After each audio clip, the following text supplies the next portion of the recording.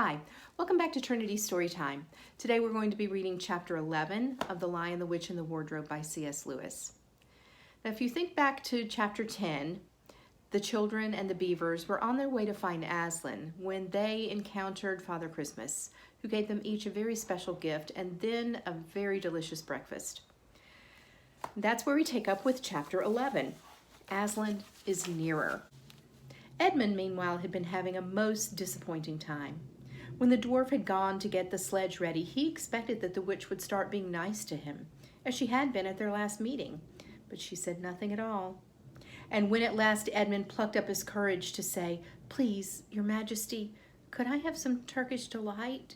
You said," she answered, "Silence, fool!" And then she appeared to change her mind, and said, as if to herself, "And yet it will not do to have the brat fainting on the way," and once more clapped her hands. Another dwarf appeared. "Bring the human creature food and drink," she said. The dwarf went away and presently returned, bringing an iron bowl with some water in it, and an iron plate with a hunk of dry bread on it. He grinned in a repulsive manner as he sat them down on the floor beside Edmund and said, "Turkish delight for the little prince." "Take it away," said Edmund sulkily. "I don't want dry bread." But the witch suddenly turned on him with such a terrible expression on her face that he apologized and began to nibble at the bread, though it was so stale he could hardly get it down. "You may be glad enough of it before you taste bread again," said the witch. While he was still chewing away, the first dwarf came back and announced that the sledge was ready. The White Witch rose and went out, ordering Edmund to go with her. The snow was again falling as they came into the courtyard, but she took no notice of that and made Edmund sit beside her on the sledge. But before they drove off, she called Fenris Ulf, and he came bounding like an enormous dog to the side of the sledge. "Take with you the swiftest of your wolves and go at once to the house of the beavers," said the witch, "and kill whatever you find there. If they are already gone, then make all speed to the stone table, but do not be seen. Wait for me there in hiding. I, meanwhile, must go many miles to the west before I find a place where I can drive across the river. You may overtake these humans before they reach the stone table. You will know what to do if you find them." "I hear and obey, O Queen," growled the wolf, and immediately he shot away into the darkness and snow. As quickly as a horse could gallop, he went. In a few minutes, he called another wolf and was with him down on the dam and sniffing at the beaver's house. But, of course, they found it empty. It would have been a dreadful thing for the beavers and the children if the night had remained fine, for the wolves would have then been able to follow their trail, and 10 to 1 would have overtaken them before they had got to the cave. But now the snow had begun again, and the scent was cold, and even the footprints were covered up.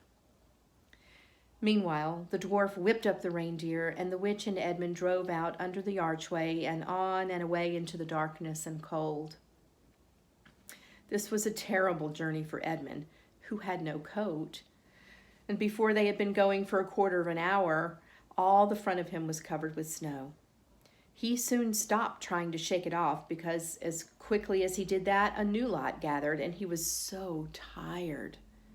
Soon he was wet to the skin, and oh, how miserable he was. It didn't look now as if the witch intended to make him a king. All the things he had said to himself to make himself believe that she was good and kind and that her side was really the right side sounded silly to him now. He would have given anything to meet the others at this moment, even Peter. The only way to comfort himself now was to try and believe that the whole thing was a dream and that he might wake up at any moment. As they went on, hour after hour, it did come to seem like a dream. This lasted longer than I could describe, even if I wrote pages and pages about it. But I will skip on to the time when the snow had stopped and the morning had come and they were racing along in the daylight. And still they went on and on with no sound but the everlasting swish of the snow and the creaking of the reindeer's harnesses. And then at last the witch said, "What have we here? Stop!" And they did. How Edmund hoped she was going to say something about breakfast, but she had stopped for quite a different reason. A little way off at the foot of a tree sat a merry party, a squirrel and his wife with their children, and 2 satyrs, and a dwarf, and an old dog fox, all on stools around a table. Edmund couldn't quite see what they were eating, but it smelled lovely, and there seemed to be decorations of holly, and he wasn't at all sure that he didn't see something like a plum pudding. At the moment when the sledge stopped, the fox, who was obviously the oldest person present, had just risen to his feet, holding a glass in his right paw as if he were going to say something. But when the whole party saw the sledge stopping, and who was in it, all gaiety went out of their faces. The father squirrel stopped eating with his fork halfway to his mouth, and one of the satyrs stopped with its fork actually in its mouth, and the baby squirrel squealed with terror. "What is the meaning of this?" asked the witch queen. Nobody answered. "Speak, vermin," she said again, "or do you want my dwarf to find you a tongue with his whip? What is the meaning of all this gluttony, this waste, this self-indulgence? Where did you get these things?" "Please, your majesty," said the fox, "we were given them, and if I might be so bold as to drink to your majesty's very good health—" "Who gave them to you?" said the witch. "Father Christmas," stammered the fox.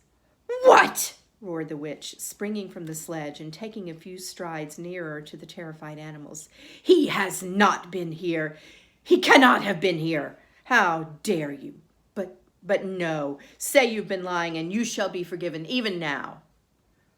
At that moment, one of the young squirrels lost its head completely. He has, it squeaked, beating its little spoon on the table.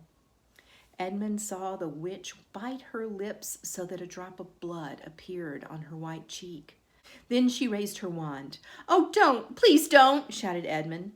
But even while he was shouting, she had waved her wand, and instantly where the merry party had been before, there were only statues of creatures, one with its fork fixed forever halfway to its stone mouth, seated round a stone table on which there were stone plates and a stone pudding.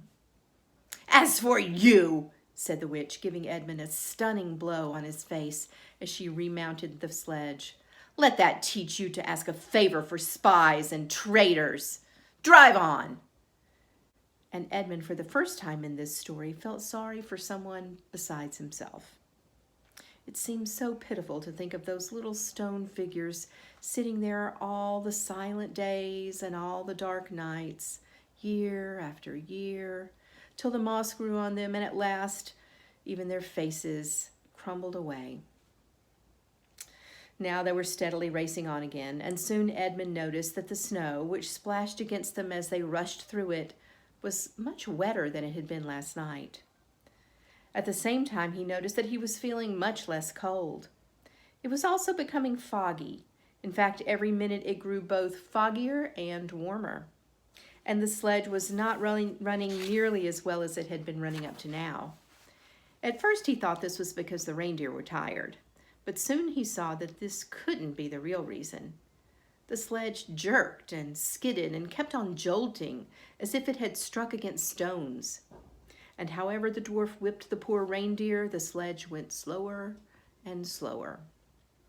There also seemed to be a curious noise all around them, but the noise of their driving and jolting and the dwarf shouting at the reindeer prevented Edmund from hearing what it was, until suddenly the sledge struck and stuck so fast that it wouldn't go at all. When that happened, there was a moment's silence, and in that silence, Edmund could at last listen to the other noise properly. A strange, sweet, rustling, chattering noise, and yet not so strange, for he knew he'd heard it before, if only he could remember where. Then all at once he did remember. It was the noise of running water. All around them, though out of sight, there were streams chattering, murmuring, bubbling, splashing, and even in the distance, roaring. And his heart gave a great leap, though he hardly knew why, when he realized that the frost was over. And much nearer, there was a drip, drip, drip from the branches of all the trees. And then as he looked at one tree, he saw a great load of snow slide off it, and for the first time since he had entered Narnia, he saw the dark green of a fir tree. But he hadn't time to listen or to watch any longer, for the witch said, "Don't sit staring, fool! Get out and help!" And of course Edmund had to obey. He stepped out into the snow, but it was really only slush by now, and began helping the dwarf to get the sledge out of the muddy hole it had got into. They got it out in the end, and by being very cruel to the reindeer, the dwarf managed to get it on the move again, and they drove a little further. And now the snow was really melting in earnest, and patches of green grass were beginning to appear in every direction.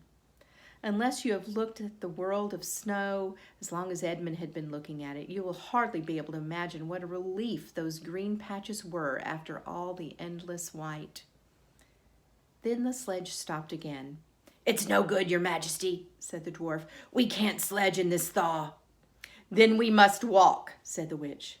"We shall never overtake them walking," growled the dwarf. "Not with the start they've got." "Are you my counselor or my slave?" said the witch. "Do as you are told. Tie the hands of the human creature behind it, and keep hold of the end of the rope, and take your whip, and cut the harness of the reindeer. They'll find their own way home." The dwarf obeyed, and in a few moments Edmund found himself being forced to walk as fast as he could with his hands tied behind him. He kept on slipping in the slush and mud and wet grass, and every time he slipped, the dwarf gave him a curse and sometimes flicked with the whip.